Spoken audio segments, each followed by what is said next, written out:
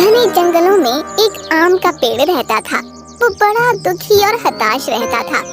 एक दिन घनी झाड़ियों के बीच से उसे किसी के आने की आहट महसूस हुई।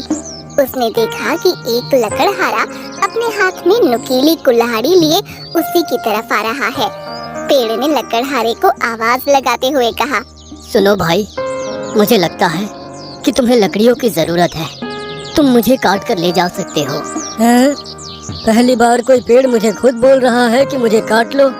कितनी अजीब बात है।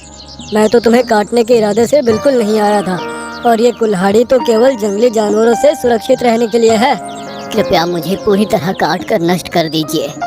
आप चाहे तो मेरे फलों और मेरी लकड़ियों को बेचकर बहुत सारा धन कमा सकते हैं। आप मुझे काट देंगे तो मैं आपका सदा ऋणी रहूंगा।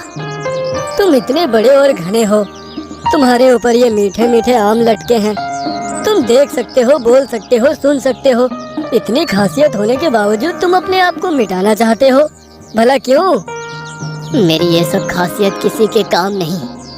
यहाँ पर बहुत से जंगली जानवर रहते हैं जो मेरी छाया के नीचे बैठकर ही शिकार करते हैं। शिकार करने के बाद जो मांस बच जाता है उसे गिद्ध खाने के लिए आ जाते हैं, जिसे देखकर कोई भी पक्षी मेरे ऊपर घोंसला नहीं बनाते।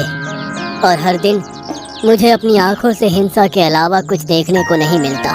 ना ही मैं किसी भी पक्षी को बचाने के लिए उसकी मदद कर पाता हूँ।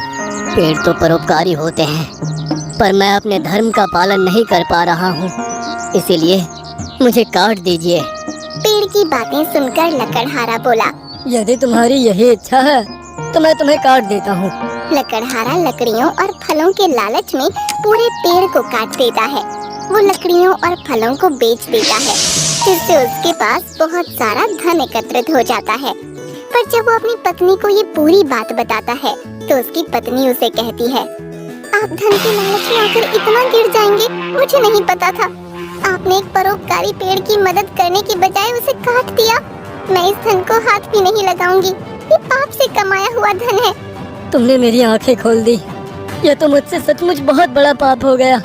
धन के लालच ने मेरी आंखों पर पट्टी बांध दी थी। मैंने अपने इन हाथों से उस पेड़ को नष्ट कर दिया।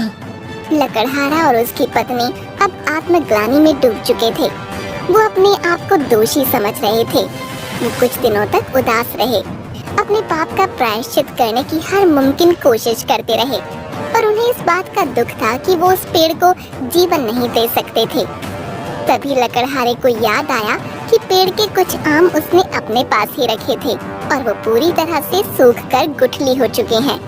ये देखकर लकड़हारे को एक आस जागी, जिससे वो पेड़ को फिर से जीवन दे सकता था। वो दौड़ते हुए उन गुठलियों को पहाड़ों की तरफ ले गया, जिसके बाद उसने गुठली को पहाड़ की उपजाऊ मिट्टी में गाड़ दिया। अब वो प्रतिदिन आकर वहाँ पानी देने लगा। कुछ ही दिनों में वहाँ एक पौधा उगाया। उसे देखकर लकड़हारा और उसकी पत्नी बहुत खुश हो गए और कुछ ही महीनों में अब पौधा पेड़ बन गया। अब पहले की तरह ही पेड़ की आँखें, मुंह निकल आया। अपने आप को फिर से जीवित देखकर पेड़ लकड़हारे से कहने लगा, आपने मुझे फिर से जीवित कर दिया। अब मुझे वही हिंसा अपनी आंखों से देखनी होगी। ये सुन लकड़हारे ने पेड़ से कहा, अब तुम्हें किसी भी तरह की हिंसा देखने को नहीं मिलेगी। मैं तुम्हें पहाड़ों पर ले आया हूँ। अब यहाँ पर दूर दूर तक कोई जंगली जानवर नहीं है, और यहाँ पर बहुत सारे पक्षी भी हैं जो हर पल तुम्हारे मित्र बनकर तुम्हारे साथ रहेंगे, और बदले में तुम उन्हें यहाँ से खड़े होकर हर इलाके के मौसम की जानकारी देना। पेड़ ने लकड़हारे को धन्यवाद दिया। लकड़हारा और उसकी पत्नी भी अपने पाप से मुक्त हो चुके थे।